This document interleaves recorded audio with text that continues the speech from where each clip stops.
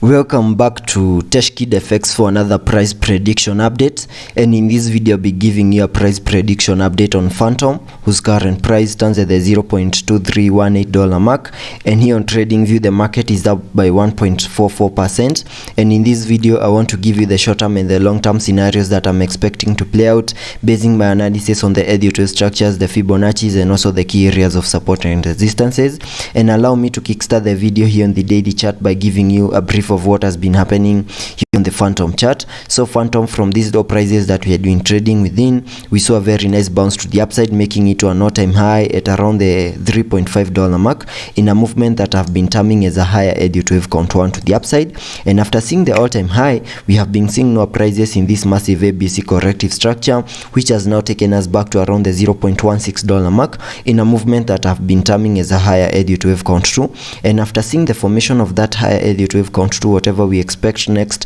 is a bounce to the upside in the formation of a higher Elliott wave count 3 before we see a wave 4, and then continue pushing even higher in the formation of that wave 5. And getting a little bit into the details of the formation of this Elliott wave structure that I have right here, and give you a measure from the all-time high. From the all-time high, you can see that Fantom is down more than 95%, meaning there are chances that we might have seen the low for that higher Elliott wave count 2, and very soon I'm expecting that reversal to the upper side in the formation of that wave 3, and maybe also take us to an all-time high, and sketching out a minimum target area to the upside in the formation of that wave 3 using a trend-based Fibonacci, connecting it from the low of the first wave to the high of that wave 1, then dragging the fibs to the low of the second wave.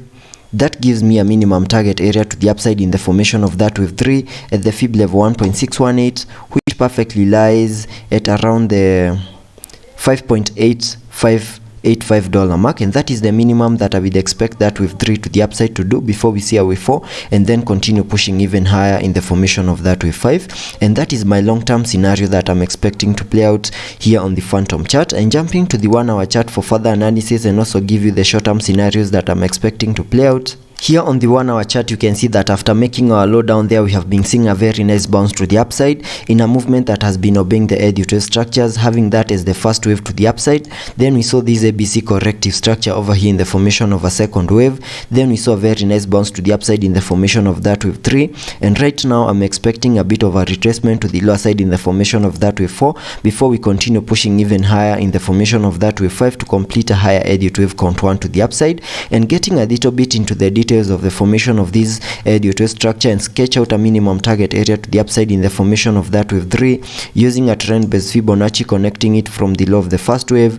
to the high of that wave 1, then dragging the fibs to the low of the second wave. That gives me a minimum target area to the upside in the formation of that wave 3 at the fib level 1.618, which we have fully maximized, and even continued pushing higher, making it to the fib level 2.618, and that means we have an extended wave 3 to the upside. And right now my primary scenario is that we're in the formation of this wave 4, and using the Fibonacci's, connecting them from the low of the second wave to the high of that wave 3.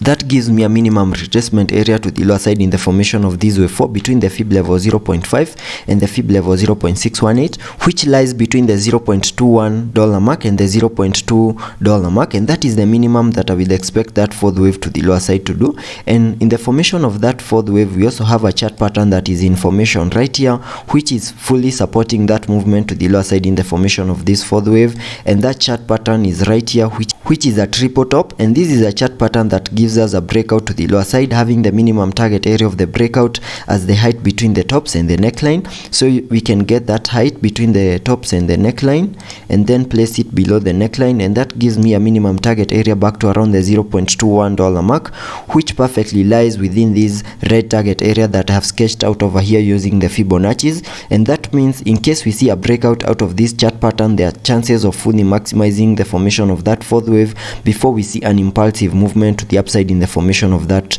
fifth wave. And in case our Fantom continues to push even higher, manage to break above the 20-day MA and make a high that is above the high for this wave 3, then there are chances of having a different Elliott wave count over here, having this impulsive movement to the upside as a higher Elliott wave count 1. Then whatever we are seeing over here might be a retracement to the lower side in the formation of that second wave. Then we can expect a bounce in the formation of that wave 3, then expect a wave 4, and then continue pushing even even higher in the formation of that wave 5. And I can change the color of these different wave count that I have right here to yellow so that we can see that better, and getting to see whether this second wave has done the minimum that we expect a second wave to do by connecting the Fibonacci's from the low of the first wave down there to the high right there. We can get a minimum retracement area between the fib level 0.382 and the fib level 0.618, and you can see we have touched the fib level 0.382, and that's why we are seeing a bit of a reaction to the upside, meaning there are chances that this might also be a second wave, and very soon we might be expecting a third wave to the upside. And I can sketch out a minimum target area to the upside in the formation of that wave 3 using a trend-based Fibonacci, connecting it from the low of the first wave to the high of that wave 1, then dragging the fibs to the low of the second wave, and that gives me a minimum target area to the upside in the formation of that wave 3 at the fib level 1.618, and that is at around the $0.3853 mark. Then we can expect a wave 4 and then continue pushing even higher in the formation of that wave 5 to complete a higher Elliot wave count 1 to the upside. So those are my two possible scenarios that can play out here on the 1 hour chart. And those are also my short-term scenarios that I'm expecting to play out. Also taking a look at the indicators to see what movements will be supported on the RSI. On the RSI, we are trading at around the 44 mark, meaning we have massive room for us to support any movements to the upside. Also taking a look at the MACD. On the MACD, we have printed a bullish cross, and that would mean higher prices are coming our way. And you can also see that we are seeing an increase in the buying momentum. So let's be patient and see how that plays out, and I'll keep you updated.